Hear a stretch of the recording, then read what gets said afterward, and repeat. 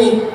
Maka setelah Allah bersalawat, malaikat bersalawat, maka Allah perintahkan kepada kita untuk bersalawat kepada Rasulullah dan mengucapkan salam untuknya. Innallaha wa malaikatahu yusholluna 'alan nabi ya ayyuhalladzina amanu shallu 'alaihi wa sallimu taslima. Ikhwani rahimani rahimakumullah, di zaman Imam Al-Bilal itu Sufyan Ats-Tsauri rahimahullah ta'ala diceritakan, mungkin cerita pernah kita dengar, tapi mendengar cerita sahih tentang hubungan Rasulullah yang tidak akan pernah membuat kita bosan. Di zaman Imam Sufyan Ats-Tsauri, beliau sendiri menceritakan kepada kita dan kita dapatkan banyak dari kitab-kitab menceritakan tentang cerita ini. Imam Azim Sufyan Ats-Tsauri bercerita tentang perjumpaan beliau dengan seorang pemuda di kota Mekah di saat mawasimul haji. Kenapa dia mengangkat cerita tentang pemuda ini? Karena ada suatu keajaiban, suatu cerita di balik cerita yang mengagumkan. Beliau berhaji kebetulan berdekatan kemah dengan seorang pemuda. Beliau sering keluar bareng dan bahkan beliau sering tawaf bareng, pergi ke sana bareng, ke sini bareng, walaupun tanpa direncanakan. Dan beliau akhirnya memperhatikan ini anak muda beda dengan orang kebanyakan. Ketika tawaf yang dia baca bukan baca doa ini, tawajuh itu, tawajuh ini, tapi yang terus dilantunkan lewat lisannya sholawat serta salam kepada Rasulullah. Ketika sa'i Safa Marwah sama sholawat kepada Rasulullah. Sedang jalannya duduk dia bersolawat kepada Rasulullah. Dalam keadaan kapanpun dimanapun ini anak muda nggak pernah berhenti sholawat terus. Jadi Imam Ahmad Imam Sufyan Ats-Tsauri memikirkan ini anak muda belum hafal doa. Baru dari doa ajarkan. Maka sampailah suatu saat dia mendekati pemuda, lalu berkenalan, bertanya tentang perihal kenapa engkau wahai pemuda ketika berdekati berucapkan salam lalu duduk. Beliau minta izin untuk bertanya. Terus si pemuda ini pun mengundang Imam Sufyan Ats-Tsauri agak sedikit memandang pandangan tajam lalu bertanya kenapa, ada apa yang kamu tanyakan. Lalu Imam Sufyan Ats-Tsauri berkata, wahai pemuda, aku minta maaf betul. Bukan aku ini fudu di dalam bahasa kita pengen tahu saja, tapi ini membuat aku sedikit bingung lihat keadaanmu. Apa yang kau saksikan pada diriku kamu? Aku perhatikan engkau dari mana ke mana dalam keadaan haji, ibadah, umroh, salawat, tak pernah berhenti kepada Rasulullah. Orang tua macam-macam dikit, kau cuma pernah salawat kepada baginda Rasulullah. Sa'i Safa Marwah salawat kepada Rasulullah. Orang kumpul di padang Arafah kau salawat kepada Rasulullah. Dimanapun kapanpun kau tak pernah lepas yang kau katakan cuma salawat. Apa kau tak hafal doa yang lain? Ya anak ditanya seperti itu sempat sedikit terpancing. Kalau urusan bahasanya apa urusan kau urusan? Ini anak lihat wajah Imam Sufyan Ats-Tsauri beda. Muka terang, muka teduh, muka orang soleh. Dia berkata, nanya itu kepada kami siapa? Belum dijawab, balik bertanya. Maka Imam Sufyan mengatakan, aku Sufyan Ats-Tsauri. Begitu mendengar nama Imam Sufyan Ats-Tsauri, kaget anak muda. Kau Imam Sufyan Ats-Tsauri al-Alamah, orang ini begitu disebutkan. Imam Sufyan cuma nunduk mengatakan, kata anak. Akulah itu kata beliau. Nangis nih anak pak. Kenapa berjumpa dengan seorang soleh yang selama dia cuma dengar ceritanya, tahu tentang kabar yang aku belum pernah berjumpa dengan orangnya. Ini baru nangis ketemu Imam Sufyan Ats-Tsauri dan dia punya rindu yang lebih hebat ikhwani. Yang dia pengen ketemu, yang dia pernah dengar ceritanya. Bertemu dengan Rasulullah. Dan ini berkata, demi Allah, apa yang aku lakukan ini tidak pernah menceritakan kepada siapapun apa sebabnya. Baru kali ini akan menceritakan kepada karena engkau adalah Imam Sufyan Ats-Tsauri. Lalu dia bercerita ikhwani, dulu beberapa tahun yang lalu aku pernah berhaji bersama abah. Aku orang kaya, keturunan abahku orang kaya. Tapi sayang, abahku tidak banyak menyentuh urusan agama. Bahkan dia lalai dan membuat aku pun terlalai dan sama seperti dirinya. Aku tidak pernah dikenalkan dengan urusan-urusan yang mengarahkan aku kepada keridhaan Allah dan Rasul. Apa kata aku cuma dikenalkan dengan urusan dunia, kenikmatan dunia. Dan aku saksikan abahku pun adalah orang yang banyak melalaikan daripada mereka Sampai suatu hari ayahku mengajak untuk berhaji. Aku pun merasa bangga pergi haji didampingin ayahku yang dikenal orang banyak dan sebagai orang kaya. Ayahku berparas cakep, putih, ganteng, ditambah kekayaan yang ada bersamanya. Maka kami pun dihormati di mana-mana. Sampailah kami mendekati hari H daripada haji. Hari itu abahku sakit. Sakit yang begitu drastis dan cepat sehingga ayahku pun terkapar, terlunai, dan mampu berbuat apapun. Datang hari orang bergerak menuju padang Arafat, kami tertinggal di kemah, tidak mampu berbuat apa-apa. Sepi kemah, orang telah pergi berjalan, aku pun sedih menangis. Rasanya ingin meninggalkan abahku tapi tidak mungkin katanya. Sampai akhirnya ayahku pun mendapatkan ajalnya. Ayahku meninggal dunia.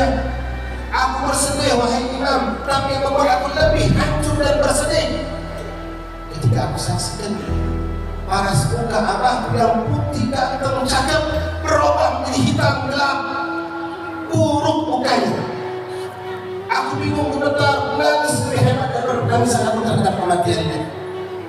Aku sadar, kata beliau, ayahku bukan seorang ahli ibadah, bukan seorang yang berilmu, bukan orang yang menjalankan syariat. Sehingga aku pun bingung dan pasrah.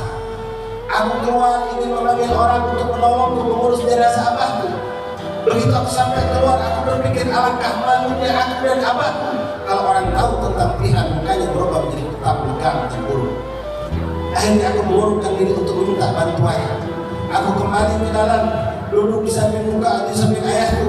Buka tutup mukanya, aku pun tidak sanggup melihatnya, ditutupkan kembali. Dan aku ingin memanggil orang untuk menolong. Sampai keluar aku memutuskan untuk tidak kembali meminta tolong, karena aku bikin kesian abah. Terus aku mengalami dalam keadaan seperti itu sampai rasa lelah, kantuk, capek datang kepadaku. Akhirnya aku tertidur di samping jenazah abah. Nah, di saat itulah wahai imam, aku mendapatkan satu mimpi yang luar biasa, yang menjadikan sebab inilah aku mendapatkan bersalawat dan tak pernah berhenti salawat kepada Rasulullah. Dalam aku tertidur itu aku mendapatkan mimpi keadaan seperti saat aku berada.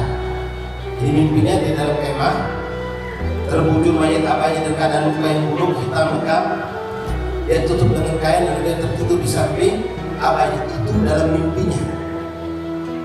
Saat aku sedang tertidur dalam mimpi itu, tiba-tiba pintu kemah terbuka.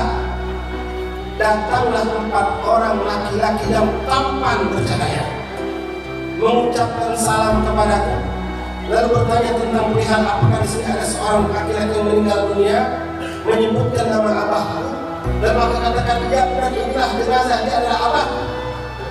Lalu orang-orang tersebut mendekati, aku pun bingung melihat mereka seakan-akan telah mengenal ayahku. Lalu mereka melihat, lalu mereka pun mundur. Di saat itu kemudian ikhwani, dalam keadaan aku kebingungan, tiba-tiba 4 orang ini yang bermuka terang, cakap, indah, yang mendatangkan bau semerbak kedatangan mereka. Tiba-tiba mereka sibuk berbaris berhadapan-hadapan mengatakan, ya Rasul, ya Rasul. Rasulullah kata, Rasulullah kata.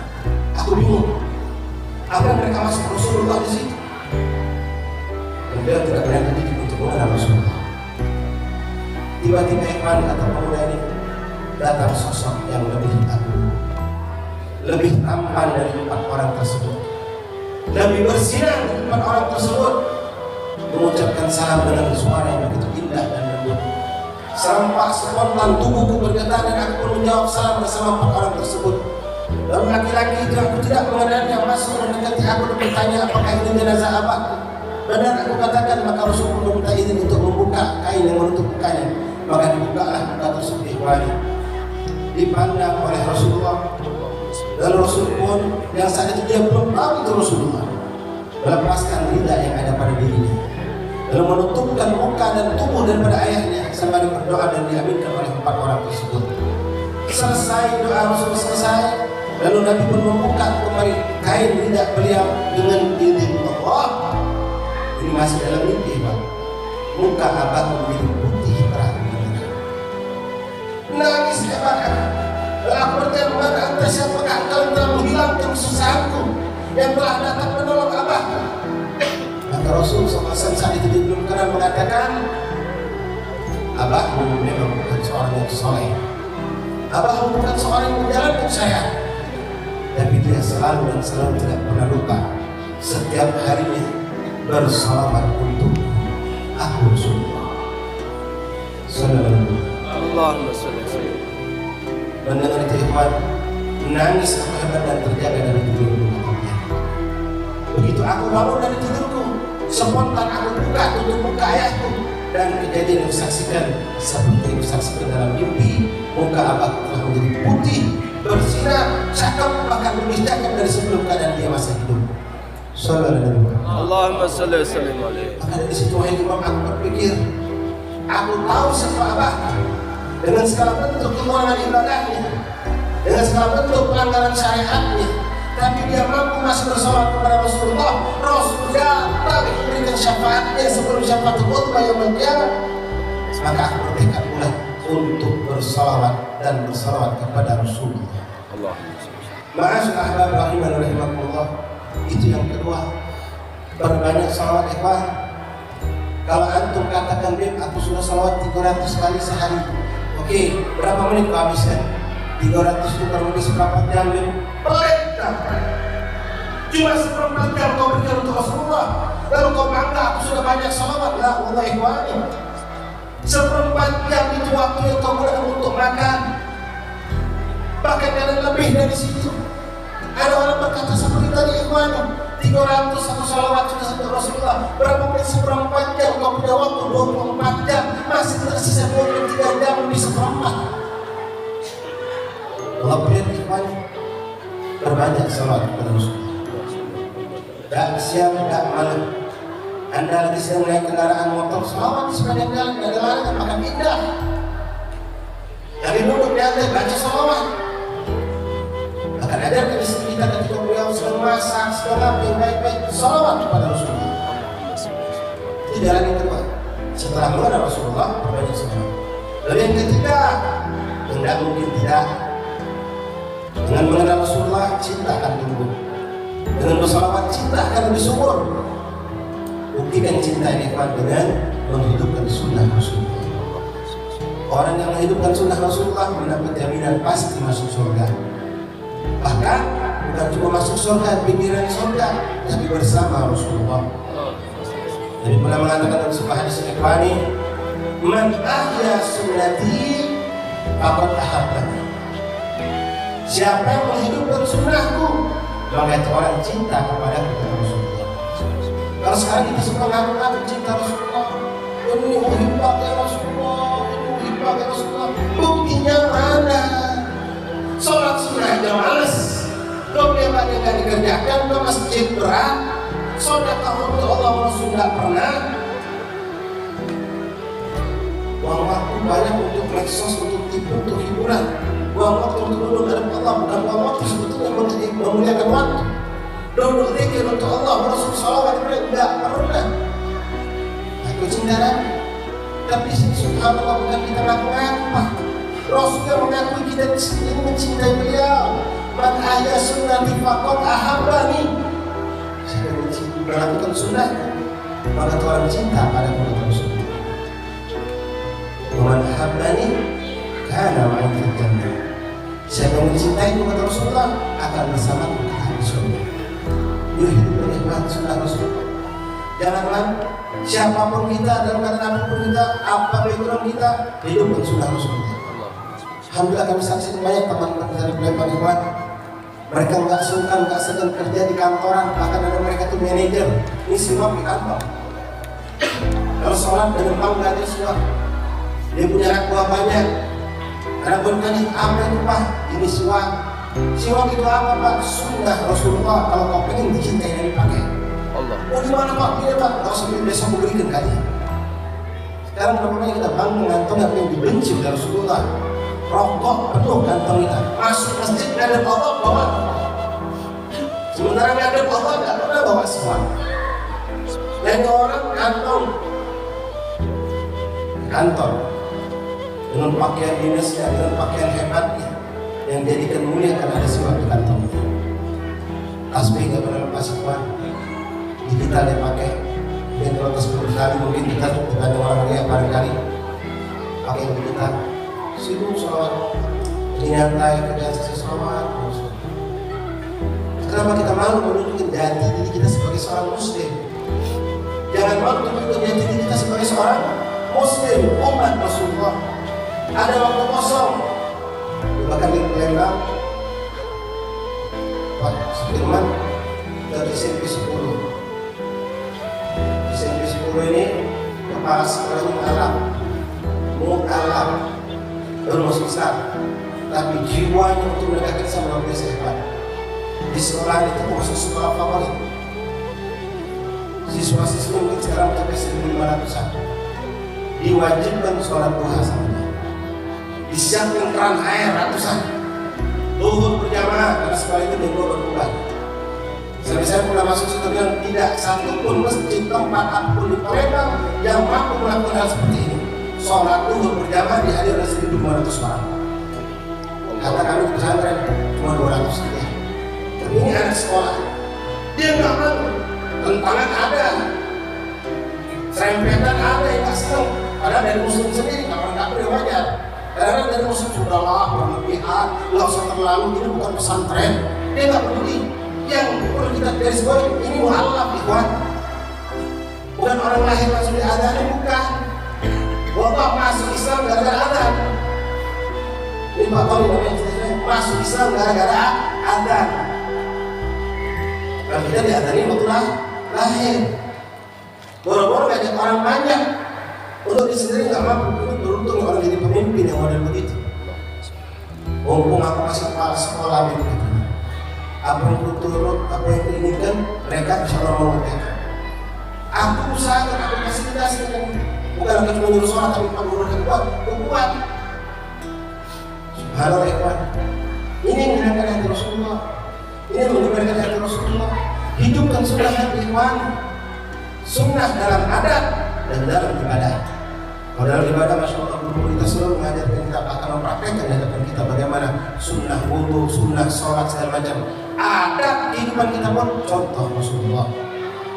Bagaimana makannya Rasulullah, bagaimana minumnya Rasulullah, bagaimana tidurnya Rasulullah, bagaimana pakainya Rasulullah, bagaimana masuk isinya kamar mandi Rasulullah, ngajarin itu semua diajarkan. Sampai istinja, cebok aja diajarin nama Nabi. Nah, hidupkan ini semua ikhwani dalam rumah tangga kita.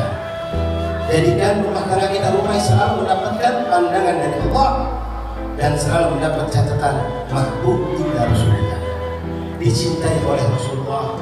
Kenapa? Kalau satu saja ada orang yang hidupkan sunnah Nabi di rumah kita, maka ada orang yang dicintai Allah dan Rasul di rumah kita. Bagaimana kalau keluarga menghidupkan sunnah Rasulullah? Mari ikhwan, mulai kita hidupkan. Dari anak-anak kita, bagaimana cara makan yang disunnahkan, duduk, baca doa, cuci tangan, semua diajarkan oleh Rasulullah. Berpakaian, naik kendaraan, keluar rumah, masuk rumah, tidur, bangun tidur, semua diajarkan Rasulullah jalan kepada hakana. Kemudian kalau saya bahas sunnah Nabi terlalu banyak, dan insya Allah masuk waktu banyak hari-hari lain. Ini baru 12, masih 28 malam lagi barangkali. Mudah-mudahan kita diizinkan Allah hadir, dengar dan amalkan ikhwan. Dari awal keluar rumah niatkan nawaitu ta'allum wa ta'lim wa ifadah wa istighfar untuk ambil faedah, pengen belajar, pengen ambil faedah, pengen ngamalkan ilmu, plus menyebarkan sunnah Rasulullah. Yang keempat yang kita banyak lalai ikhwan. Kata gurunya, aku sudah Masya Allah cinta Nabi dengan mengenal sejarahnya. Kau sudah banyak salawat kepada Rasulullah. Kau sudah banyak menghidupkan sunnah Rasulullah. Tapi satu ini belum lakukan, mungkin ini menjadi hijab kalau tidak akan berjumpa dengan Rasulullah. Apa itu ikhwani? Iktina wa ihtimam bi umat Rasulullah. Perhatikan umat Rasulullah. Perhatikan keadaan umat ini ikhwan. Jangan kita cuma kayak masuk surga sendiri rajin ke masjid. Yang dia punya toko di sini mendengar adzan langsung nutup toko, datang lagi ke sini sholat berjamaah, balik lagi buka toko lagi. Sementara tahu benar kanan kiri muslim dari subuh sampai asar, nggak pernah keluar dari toko, apakah tengah sholat dulu? Nggak pernah diingatkan, nggak pernah ditegur, nggak pernah diajak. Yang dia kira itu masuk surga, lah Allah. Ente jalan masuk surga ditarik oleh dua orang ini, akan dihadapkan hadapan Allah. Ini orang tidak pernah mengatakan dalam kebaikan. Kita tahu saudara kita berdagang berusaha pakai gelar riba, pakai uang rentenir. Kita nggak takwa, kita nggak cegah. Bahkan kita punya uang lebih yang haram, tidak mau kita pinjamkan sambil dia terjebak dalam yang haram. Lalu kita bangga, aku sudah umroh setahun 4 kali, haji sudah 5 kali, bangun masjid sana, bangun masjid sini. Ya Allah ikhwan, uangmu akan ditutup oleh Allah. Ketika engkau punya harta lebih, ada orang fuqara masakin, orang butuh duit, ente enggak pedulikan sampai mereka terjebak kepada yang haram, maka boleh jadi harta yang akan menuntut kita di hadapan Allah Subhanahu wa taala. Balik ke rumah, masya Allah, anak-anak udah rapi, siap sholat musola. Anak kita selamat masuk surga, sementara anak tetangga masih main ini main itu, duduk maghrib masih jalanan, kita nggak peduli. Ini yang di sekitar kita, ikhwan. Belum lagi mikirkan yang jauh di sana. Ikhwan, kejadian yang terjadi di Malang, 127 orang meninggal. Apa yang terdapatkan dari itu? Apa yang terdapatkan dari itu? Nangis. Wallahi dari 127 itu boleh dikatakan minimal 100 itu muslim. Bukan boleh jadi lebih. Kalau boleh dilihat secara zahir, ikhwan, apakah mereka meninggal husnul khotimah? Wallahu a'lam. Kalau husnul khotimah, lihat keadaan dalam keadaan mereka memberi maaf, acara bola itu malam, datang dari sebelum maghrib sampai lewat isya, maghribnya gimana? Boleh jadi mereka semua belum sholat isya, ajal datang. Pernah nggak nangis ini, ikhwan? Rasulullah nangis kata ini. Jangankan sampai meninggal husnul khotimah umatnya, melihat kita meninggalkan satu sunnah, Nabi sedih. Apalagi meninggalkan Nabi wajib dalam Allah. Menyentuh makruh Rasulullah sedih. Apalagi kalau sampai nyentuh yang diharamkan Allah. Kamu perhatian ikhwan. Jangan cuma kita merasa di sini nyaman, ikhwan. Ini yang akan menjadi hijab kita juga, nggak ada perhatian dengan umat Rasulullah. Perhatikan yang jauh, yang dekat lebih lagi. Berapa banyak anak-anak kita yang belum fasih baca Al-Quran. Kami di pesantren, baik, mencontoh guru-guru kita, mensyaratkan santri masuk pondok tamat SD sudah lancar baca Quran. Kalau bisa lancar, kalau bisa itu kalau udah bisa namanya lancar. Yang daftar sekian puluh, pasti tes sekian belas, sekian puluh, gugur. Tamat SD, dia rapor 89. Tapi baca Quran nggak bisa. Ini orang tua bodoh yang nggak mikir kalau kau mati duluan dari ngajiin kau. Bekali anak. Bahkan target untuk kita belum masuk SD, anak harus sudah selesai baca Quran. Itu target kita untuk akhirat. Itu masa depan kita, masa depan dia untuk akhirat.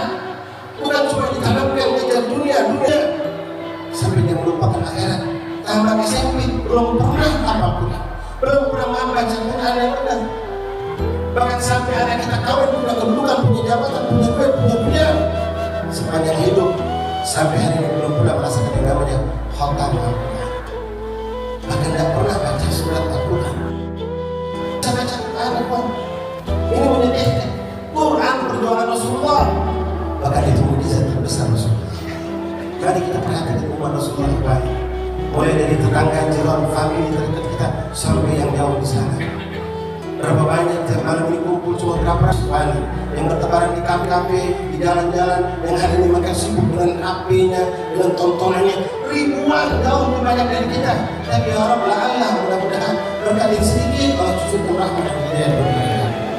Allah pimpin dan mereka mendapatkan apa yang kita dapatkan hari ini, insyaallah. Ingat, Rasul pernah mengatakan, la yu'minu ahadukum hatta yuhibba li akhihi ma yuhibbu li nafsihi.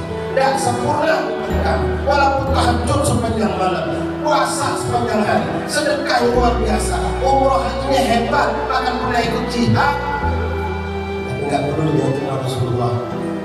Tidak pernah pengen apa yang baik didapatkan juga didapatkan oleh saudaranya. Tidak sempurna iman kamu Rasulullah. Mari ikhwan, jangan sampai nanti kita udah ngerasa bakal masuk surga, tahu di akhirat dipanggil oleh tetangga, dipanggil oleh famili, dipanggil oleh seorang muslim di belakang, minta keadilan karena kita tidak pernah mengajak mereka dalam kebaikan. Mudah-mudahan Allah Subhanahu wa taala memberkahi hubungan kita malam hari. hari ini. Perkumpulan kita telah kita lewati pada malam kemarin dan yang akan kita lewati bersama insyaallah. Allah berikan sehat walafiat kepada orang tua kita, pada hadir kita, pada guru kita, yang mudah-mudahan selalu istiqomah membimbing kita dan mudah-mudahan kita berbimbing Allah kemampuan untuk mendengar dan mengamalkan apa yang mereka sampaikan insyaallah taala, dan menjadikan ini perkumpulan nomor satu umat Rasulullah, menjadikan kita bertambah cinta kepada Rasul dan saling cinta sesama kita insyaallah. Jasad kita disatukan Allah, roh kita disatukan Allah, hati kita disatukan Allah karena Allah dan Rasul. Amin Allahumma amin.